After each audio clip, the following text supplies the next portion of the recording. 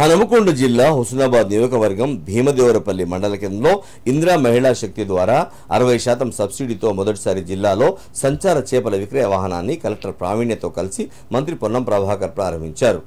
IKP వరిధాన్యం కొనుగోలు కేంద్రాన్ని ప్రారంభించారు. అనంతరం భీమదేవరపల్లిలో సురుగురి మమతారాజు ఇందిరా మహిళలకు భూమి పూజ చేశారు. ఈ సందర్భంగా మంత్రి మాట్లాడారు. నియోజకవర్గానికి 3500 ఇళ్లు చొప్పున ఇందిరమ్మ ఇళ్లు మంజూరైనట్లు చెప్పారు. ప్రతి గ్రామానికి ఇందిరమ్మ ఇళ్లు వస్తున్నాయని, సీఎం నాయకత్వంలో ఇందిరమ్మ ఇళ్లు వస్తున్నాయన్నారు. అర్హులకు మాత్రమే ఇళ్లు వస్తాయని, రాజకీయ ప్రమేయం ఉండదని తెలిపారు.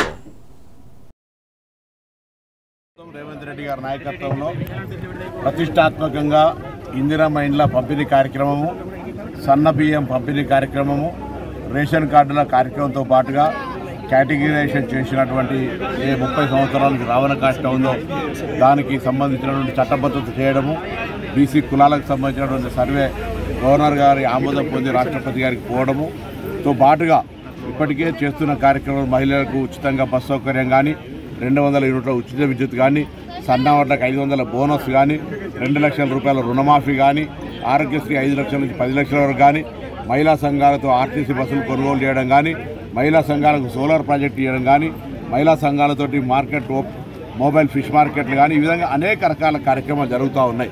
తప్పకుండా ఈ ప్రాంతానికి సంబంధించినటువంటి సాగునీటి విషయం లోపల కూడా గౌరవేలు ప్రాజెక్టు యొక్క ప్రక్రియ కూడా వేగవంతంగా కొనసాగుతోంది.